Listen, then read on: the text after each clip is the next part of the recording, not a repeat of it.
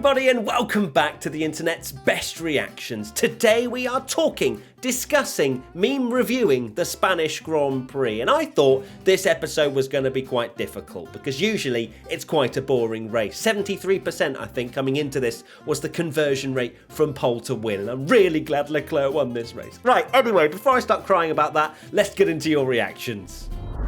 At Phoenix TVX, lap 1. Yes, of course, we're coming into this weekend, we're thinking Red Bull versus Ferrari. Lots of upgrades. The teams brought so many different parts for their cars, apart from Haas, who brought absolutely nothing. And we're thinking, maybe a bit of a shake-up of the grid, but we're expecting Red Bull and Ferrari. But Mercedes, especially in the hands of George Russell at the start, entered the fray. P3, Perez a little bit of a nip on the left rear of George Russell's tyre, but they got away scot-free and, well, it was quite an interesting race, wasn't it? Because George improved further up than P3 because of many things that I'm going to try and not cry about. At 6mm Glitter Thing, lap 1 as well, they called it. And this was, of course, referring to Kevin Magnussen, who, well, both himself and Mick Schumacher had a worldy start in the Haas. And Kevin was like, you know what, I want more. I want more than P7 at the time. Tries to go round the outside of Lewis Hamilton at turn 4, but just turns in a bit too hard and steers into the side of Hamilton. He goes off into the gravel. Hamilton gets a puncture and then is like 50 odd seconds behind Verstappen after pitting. And we all thought, well, including Lewis Hamilton, thought it was all over. At Hugh500023, Verstappen fans at every race, they love a smoke flare. I just always remember Zandvoort and the last lap, and I can't remember who it was, maybe it was Lando or someone who said, oh, I guess Verstappen won. And it just seems like these flares, I don't know, I don't think they're allowed, but clearly they are not particularly checked when coming in because there seems to be flares everywhere all the time. Verstappen fans are out in force. So the start of the race at FA14 GOAT sums it up quite nicely. Charles and Max every race of the season. They just drove away. They were flying. Of course, Sainz had a poor start, so he was a bit further back. But Verstappen and Leclerc seemed to be in a complete league of their own at the beginning of the race. And you're thinking, oh no, this Spanish GP is going to be boring, isn't it? How wrong we were. At Carlos Sainz, Hamilton to the team. So after the incident, after the pit stop, Hamilton comes over the radio and says, you know what, try and save the power unit, save the engine. There's not really much point. But my days, the recovery drive that he put on after saying that, and look, I mean, it's not great for him to have said that. Even I, when I heard it, went, come on, one safety car and this changes. But high emotions in the car, and I'm sure he got over it very quickly because his pace was unbelievable this race, Lewis Hamilton. Like, he absolutely flew. He was 30 seconds off the back of Albon, and he ends up in a Mercedes that is not the fastest car to be at one point P4, and then unfortunately had to give it back. But hats off to Hamilton. He was very good this race. At Kimmy's Drink 48, it starts to settle in at this point. Oh, hold on, we actually might have an interesting race. Wait, overtakes at Spain? I'd love to see the overall number. I don't know it right now, and I'm sure we will reflect on it in a few days, but it actually was a really good race, and I genuinely think because of firstly, the strategy was all up in the air. It was so hot. It was 2 stops, maybe 3 stops. You also have the new cars being able to follow closer, and they could actually get a chance down towards turn 1 by staying around 0.6 of a second back through that last chicane, and that was perfect. I think it was actually the sweet spot for great racing. It wasn't too easy. It was at some points, don't get me wrong, but DRS is most of the time at some point during a race too easy, but I think it was almost perfect. At XX Swag Daddy XX1, watching the drone footage. Now, this was a new addition, wasn't it? F1 stuck up what I can only assume was like a £20 Argos drone up into the air, and we're like testing to see what it would be like with drone footage, but it was so shaky.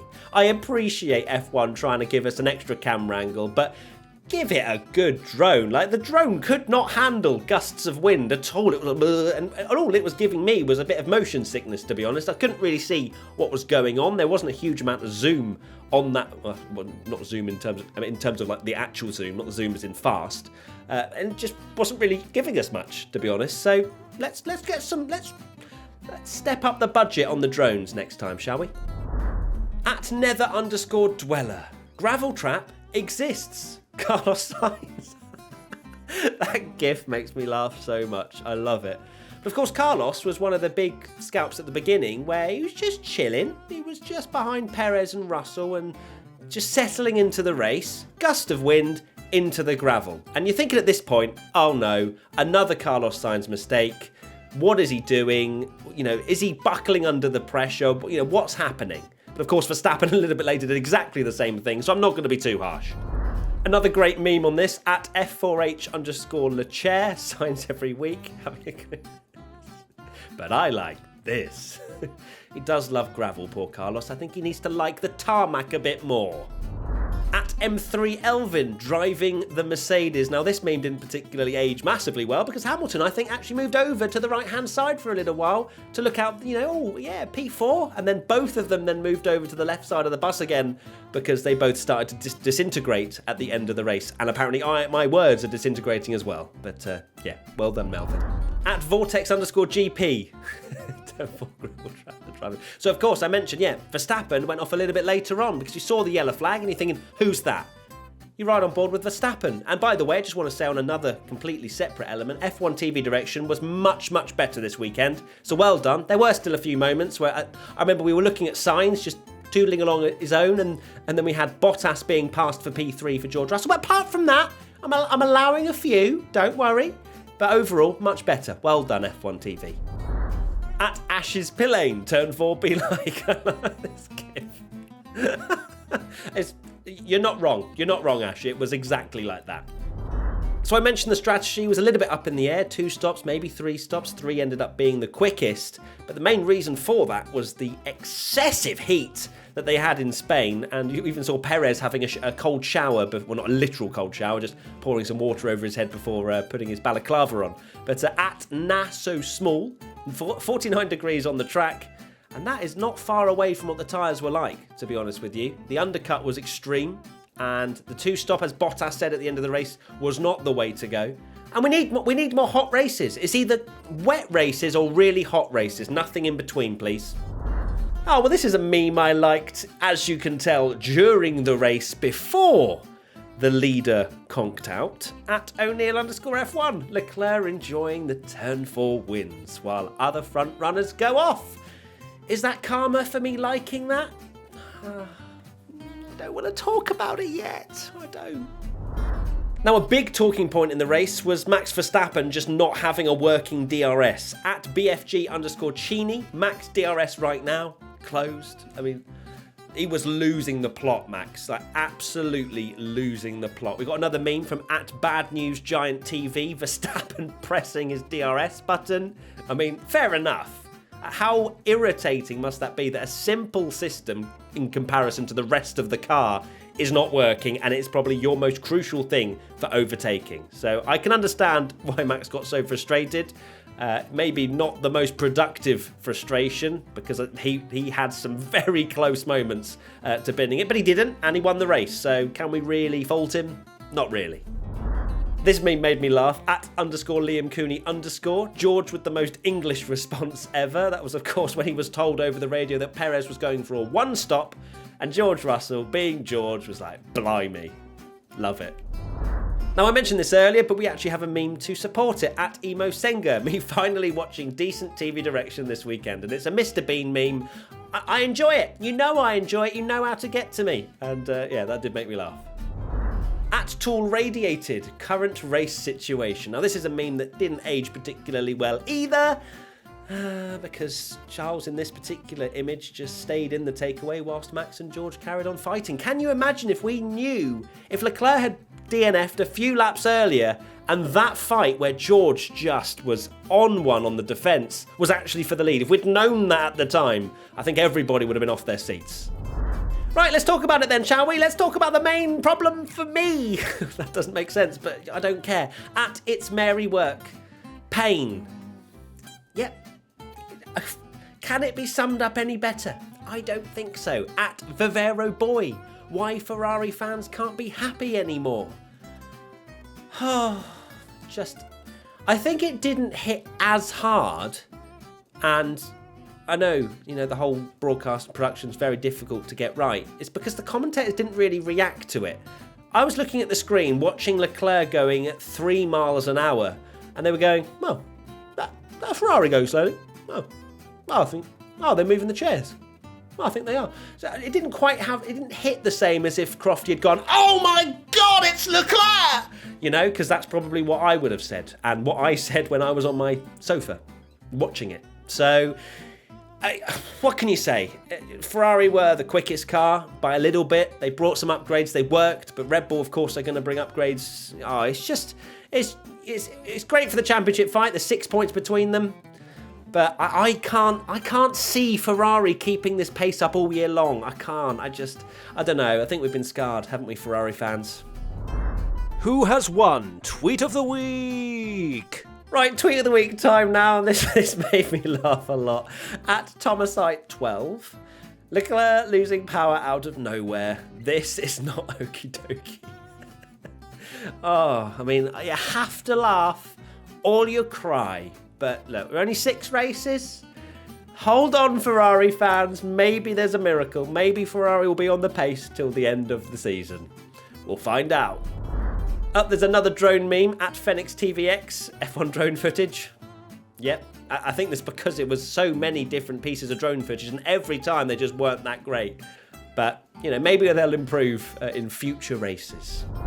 Something that doesn't need to be improved is one of the F1 cameramen down in the pit lane.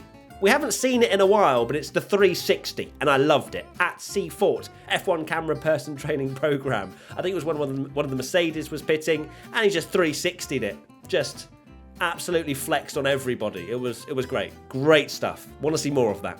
I'll watch the whole race like that. So not only are Ferrari fans potentially quite upset tonight, but also Checo fans at Moni Streams. Crying session at my house tonight at 8, pull up. It was sad.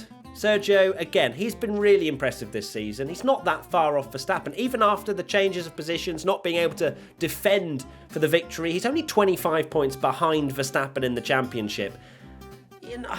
I don't know. I think Verstappen would have got through anyway. I think Checo deserved the opportunity to defend it.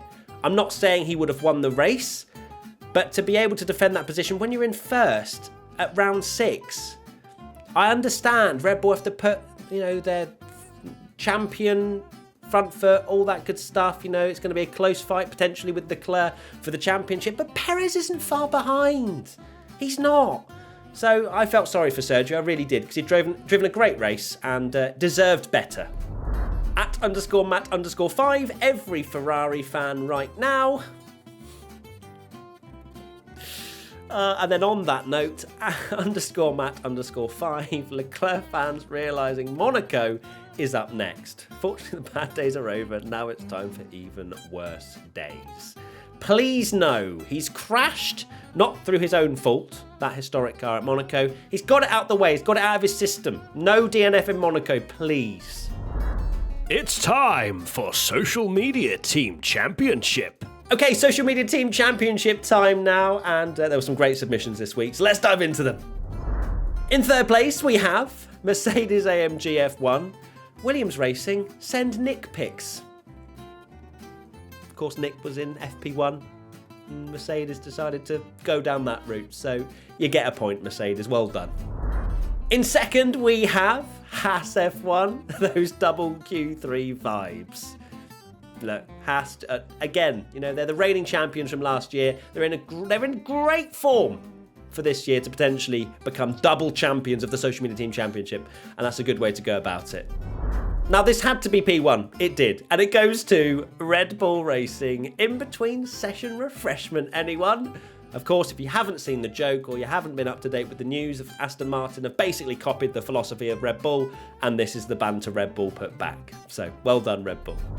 That's 1 point for Mercedes, 2 points for Haas, and 3 points for Red Bull. And now it's time for Race Rundown with your host, Matthew Gallagher. All right, race rundown time now, and I'm just going to do it. Don't care. The finishers of the race rundown. No, the finishers of the Spanish Grand Prix for race rundown were Verstappen, Perez, Russell, Sainz, Hamilton, Bottas, Ocon, Norris, Alonso, Tsunoda, Vettel, Ricciardo, Gasly, Schumacher, Stroll, Latifi, Magnussen, Albon.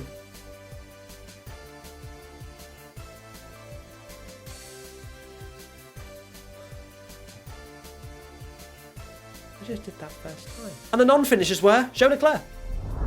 Right, that is it for the internet's best reactions to the Spanish Grand Prix. I hope you enjoyed that chaotic race as much as I did. It was, pretty mad. As I look down the order, is there anyone I haven't mentioned? Let's just do a quick little rundown, but not a race rundown, just like a what happened rundown, because I just need to comment on some things, because I feel like I've missed something. Russell, unbelievable defending drive from Verstappen. Don't know if I mentioned that or not. Sainz, I feel like you need to do a little bit better. Hamilton, unbelievable recovery drive. Of course, Verstappen and Perez out in front, Red Bull 1-2. What more could you ask for? Brilliant stuff. Even though Verstappen ended up in the gravel at one point. Bottas, what a beast, always. Ocon, lovely result for him in 7th. Alonso from the back of the grid in 9th. Well done, my friend. Norris wasn't feeling very well, finished P8.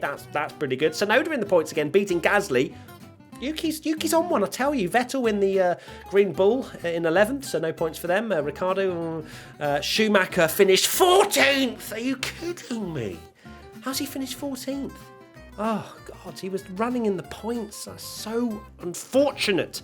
Then the rest, not really much happened. So there you go. Thank you for watching the Internet's Best Reactions. I just did a little summary because I felt like I didn't do it justice. So much chaos. Just wanted to cover it. But yeah, hashtag WTF1 if you want to get involved next time. And I'll see you very soon. Monaco, next weekend. And I'll be on holiday, but I'm still doing IBR because I'm committed to the cause. See you there. Bye!